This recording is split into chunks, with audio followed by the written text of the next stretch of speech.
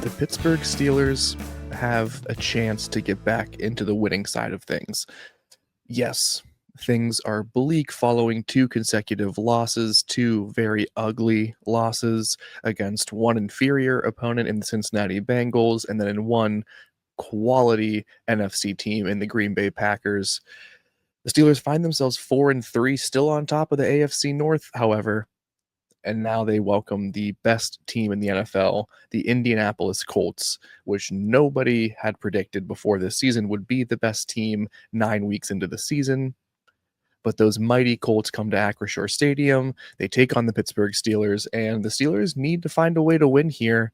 There's not a lot of confidence. If you've been following what we've been talking about on All Steelers Talk lately, you've certainly noted that. You are aware of that. But it's Friday, it's a couple of days before game day here. The Steelers are getting back into the swing of things. They made a trade for a new safety to try to shore up their defense. Is there a way to sort of upset these 7-1 Indianapolis Colts and get that fifth win of the season, get back on track? I think there might be a few ways that if the Steelers can capitalize, if the Steelers can find their footing, so to speak, they might just pick up their fifth win of the season. I hope everybody's doing great heading into the weekend here, heading into this week 9 matchup. I'm Jacob Puntori. I'm back with another episode of Puntori's Playbook. And I want to talk about three keys to victory for the Steelers, three ways that if they are able to, again, if they find their footing in some respect, or if they're able to show some signs of improvement, it might just be enough to show these Colts, who are 7-1, very good, surprising the entire league, but maybe, just maybe, they have flaws that can be exposed. But if you want the Steelers to win, if you think the Steelers have any shot at winning against the Colts, the first thing that has to happen, and this would be a huge improvement for the Steelers, is they have to take away the best offensive weapon for the Indianapolis Colts. Yes, of course, Jonathan Taylor is not going to be taken away. He is the greatest player in the NFL right now. He is the top running back in the league, 850 rushing yards already. It's week 9. This guy is playing like an MVP, and he is almost single-handedly carrying this offense. The Steelers come into this game with a very porous version of their run defense, with a version of their leader Cam Hayward that seems to be invisible, with a version of TJ Watt who has not been very effective at sacking the quarterback, the one thing he is historically the one of the better players of all time at doing. You have Jalen Ramsey in here, who has kind of stumbled over the past few weeks. Can they find a way to limit Jonathan Taylor? And it's going to be, you cannot totally stifle this player. Again, this is the most productive offensive player in the NFL right now.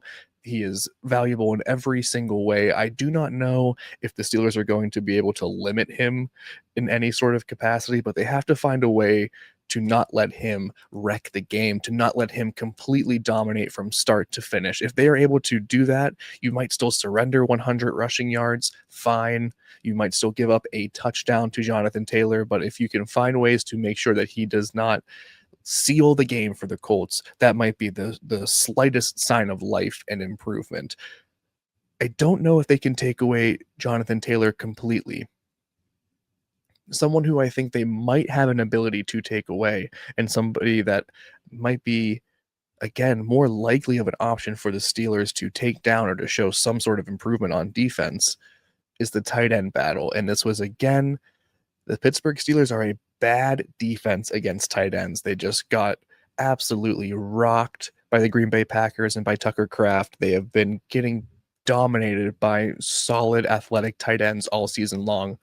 And the Indianapolis Colts have one of the most exciting ones in rookie tight end Tyler Warren. He is the most targeted receiver on the Indianapolis Colts this year, and he has 37 receptions for 492 yards and 3 touchdowns. I mean, this guy is unbelievable. 6'6" out of Penn State, first round pick this year. He moves, he's very similar to all of the greatest tight ends, the George Kittles, the Travis Kelce's, the players like that who have such explosive athleticism and agility, and they also have speed and size and strength, and it's just an incredible combination. Daniel Jones has been the recipient of some incredible receiving and players around him right now as he has his resurgent year in Indianapolis. And I think Tyler Warren is certainly a huge, huge piece of that. Can the Steelers find a way to make him not a game breaker? I have one minor suggestion. I think this is an ideal time for Jalen Ramsey to see a lot of action in the slot and tight, and maybe doing a little bit of trailing of Tyler Warren. I now look, I understand that the one-on-one, man-on-man coverage situations that the Steelers are getting themselves into has not ended in their favor. Look at the Cincinnati Bengals game. I don't know if I want Jalen Ramsey one-on-one outside with the Michael Pittmans and the Alec Pierces and the who's their other Josh Downs of the Indianapolis Colts.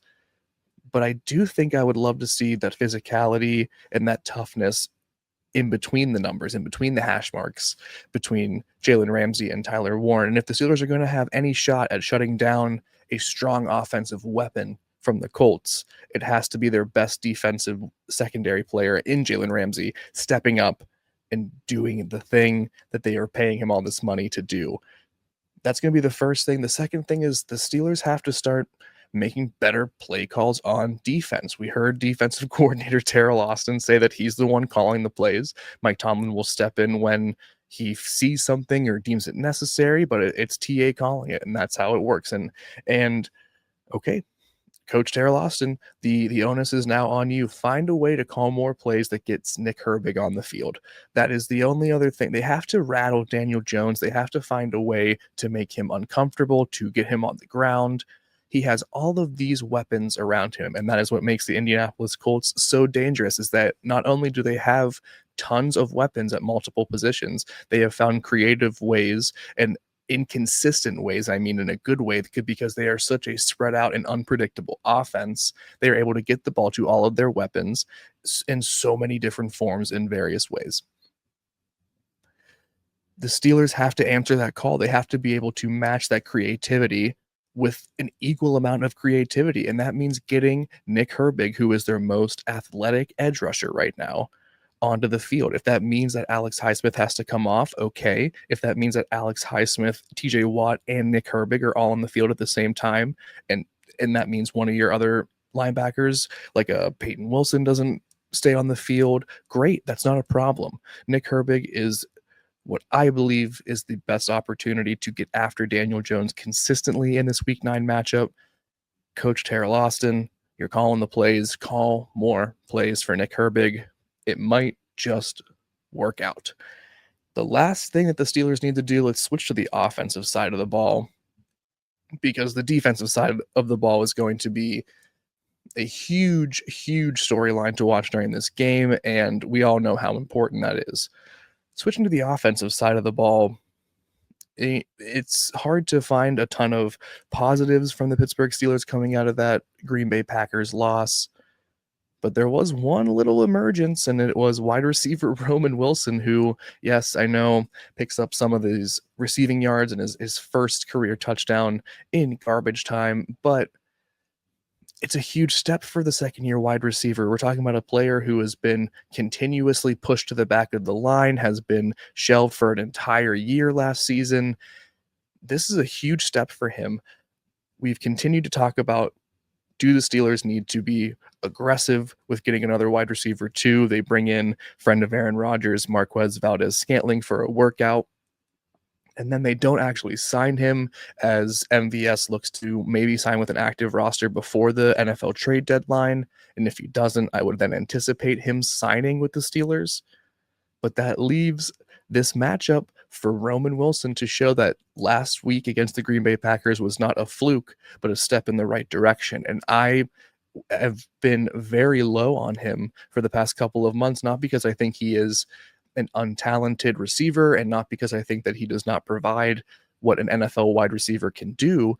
It's just because I have seen how the Pittsburgh Steelers have used him, which is very little, and how much that they have refused to change that until the situation has absolutely forced them to do so. And that's what happened against the Green Bay Packers. And look how he stepped up. The Colts have defensive holes. They're not as gaping as the Pittsburgh Steelers, but there are certainly ways to beat them. And I think Aaron Rodgers and the Steelers offense knows that while DK Metcalf and Pat Fryermuth and Jalen Warren are going to be very important, and Jonnu Smith will continue to catch some passes, having that number two, Calvin Austin, of course, is going to remain the number two wide receiver for this matchup. But if Roman Wilson can continue to build on that experience, on those increased snap counts, he might just be that wide receiver that Aaron Rodgers continues to go to in this game against the Colts. And he might just be the wide receiver who's able to find the best matchups and is able to utilize those and exploit them. So if the Steelers offense has their druthers, I think they need to be getting Roman Wilson more involved in this week 9 matchup against the Colts. And let's see how it works. You have one final game before the deadline. You have one final evaluation period before you go all out and get every other improvement or trade away every other piece of dead weight that you can. Let's see if Roman Wilson fits the bill.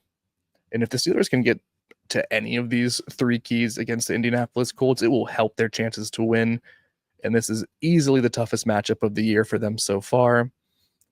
Those are my keys to victory. Let's see if they can get to it, and let's see if the Steelers can get their 5th win of the season. We'll be back later for the All Steelers Talk flagship program. Thank you guys so much for tuning in for another episode of Puntori's Playbook. If you could drop us a like, I appreciate all the love. I appreciate all the support and everybody's comments. It means the world to us as we grow here to we are at almost 60,000 followers, and we're going for 100,000. You can find all of our work at youtube.com/all Steelers talk. You can get the pod anywhere that you pick those up. And if you like our work, you can check it out at si.com/NFL/Steelers. And in the meantime, be good to yourselves, be good to other Yinzers Nation, and I will be back soon. Peace.